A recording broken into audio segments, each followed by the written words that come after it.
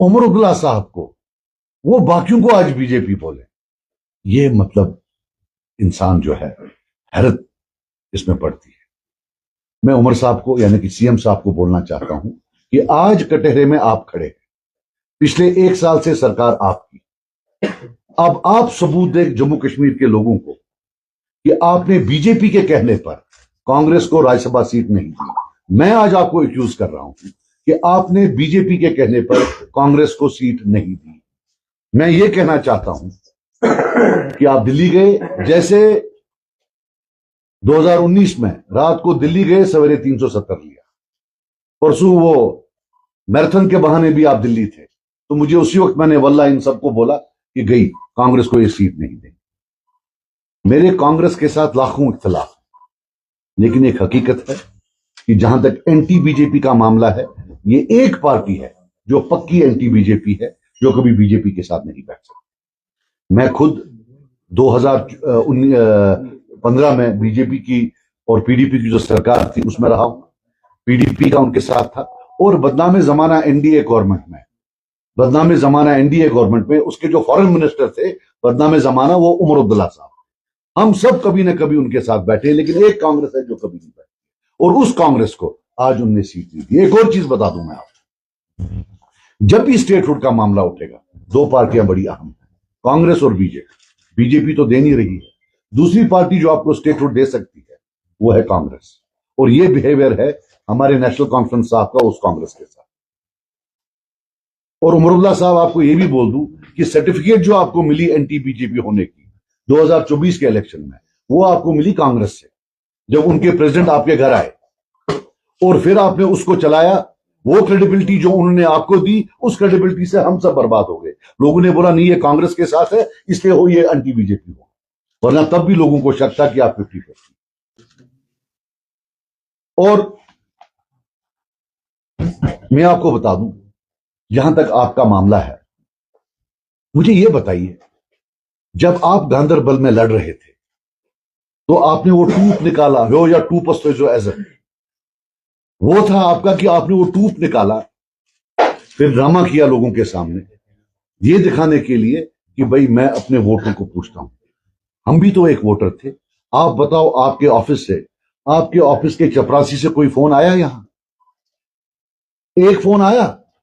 आपको क्या लगता है आप महाराजा हरि सिंह हो, युवराज उमर हो? आप ऑर्डर करोगे से ज्यादा वोट है बीजेपी, ये है चुक है भाई। कौन तू क्या हमें नौकर समझता है? तू बोलेगा तो हम दे देंगे। भाई किस बात पर?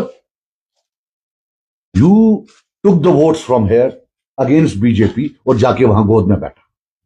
This is the reality of your existence, sorry existence. वहां से होम मिनिस्टर होता है, चीफ मिनिस्टर ही लगता है चपरासी पीछे चल रहा होता है। इस चीफ मिनिस्टर की कुर्सी को कितना आपने जो है ना मलिया मेट कर दिया, दफन कर दिया इस कुर्सी को।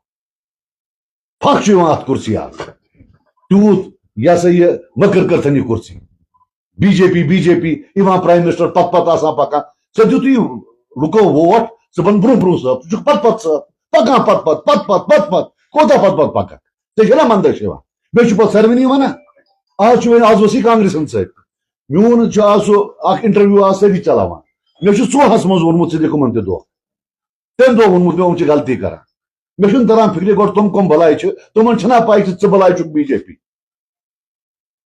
तुम ये दुनिया से पाई चुक तुम तम दह करू ड्रामा, सुबह मज ड्रामा। बहरहाल वन अख, मैं मर जाऊंगा लेकिन कभी नेशनल कॉन्फ्रेंस को वोट नहीं दे सकता, न नजरियाती तौर। और ऐसे भी मैं उस वर्कर को क्या मुंह दिखाऊं जिसकी मां को कैंसर है? एलजी ने 5 साल उसको पनिशमेंट पोस्टिंग नहीं दी पीसी होने के लिए, लेकिन आपकी सरकार ने आज 100 किलोमीटर दूर भेजा।